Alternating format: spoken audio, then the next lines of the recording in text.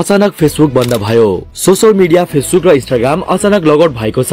फेरि टिकटक ब्यान पछि अब हाम्रो देश नेपालमा फेसबुक पनि ब्यान हुने भएको छ। आउनुस् आजको यो भिडियोमा फेसबुक के कारणले ब्यान हुँदैछ र यसलाई कसले ब्यान गर्न लगाउँदैछन् भन्ने बारेमा जान्ने प्रयास गरौँ र तपाईहरुलाई यो पनि जानकारी दिनेछु कि फेसबुक ब्यान भयो भने हामीले आफ्नो आईडी र इम्पोर्टेन्ट डकुमेन्टहरु कसरी सुरक्षित राख्न सकिन्छ भन्ने विषयमा। केही समय अगाडि मात्रै हाम्रो देश नेपालमा टिकटक ब्यान भएको थियो। टिकटक ब्यान हुनुको कारण एउटै थियो, जुन टिकटक भन्ने एप नेपालमा दर्ता भएको थिएन। त्यसैले अहिले नेपाल सरकारले अफिसियल प्रोटोकल मार्फत एउटा नोटिस सार्वजनिक गरेको छ, जसमा 1 महिनाभित्र फेसबुक, इन्स्टाग्राम, त्यसैगरी ट्विटर नेपालमा दर्ता भएन भने नेपाल सरकारले जुनसुकै बेला पनि तिनी एपहरुमा प्रतिबन्ध लगाउन सक्ने छ। जस्तै तपाईहरुले यो अनलाइन खबरको न्यूज पनि हेर्न सक्नुहुन्छ।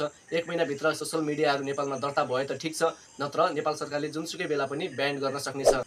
अनि फेसबुक, इन्स्टा, त्यसैगरी ट्विटर जस्तो एकदमै ठूलो एपहरु के नेपालमा रजिस्टर होला त? आई थिंक यदि फेसबुक नेपाल सरकारले भने अनुसार टाइममा नै दर्ता भएन भने नेपाल सरकारले 2-3 महिनाको लागि चाहिँ निश्चित रूपमा ब्यान गर्नेछ। किनभने यसभन्दा अगाडि हामीले टिकटक ब्यान गरेको पनि देखेका छौं।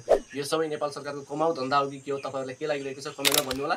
त्यसैगरी अर्को कुरा, तपाईहरुलाई यदि फेसबुक ब्यान भयो भने आफ्नो आईडी पासवर्डहरु कसरी सुरक्षित राख्ने, आफ्नो आईडी पासवर्ड, त्यसैगरी तपाईहरुले रिकभरी इमेल र रिकभरी फोन नम्बरहरु जे एड गर्नु भएको छ ती सबैलाई सुरक्षित राख्नु होला, जसले गर्दा तपाईहरुलाई पछि आफ्नो आईडी खोल्नमा कुनै पनि दिक्कत हुने छैन।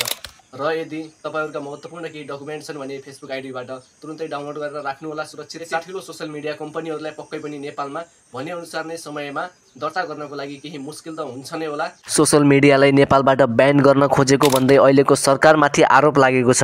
तर पनि नेपाल सरकारले लास्ट वार्निङ दिँदै एनी हाउ दर्ता गर भन्दै सोशल मिडिया कम्पनीहरुलाई नोटिस नै जारी गरेको छ। यसबारेमा तपाईहरुको भनाइ के छ कमेन्टमा राख्नु होला। साथै भिडियो मन परेमा भिडियो लाइक गर्दै च्यानललाई सब्स्क्राइब गरी हामीसँगै जोडिन सक्नुहुनेछ। अहिलेलाई भिडियोमा यति नै, हस्त, धन्यवाद।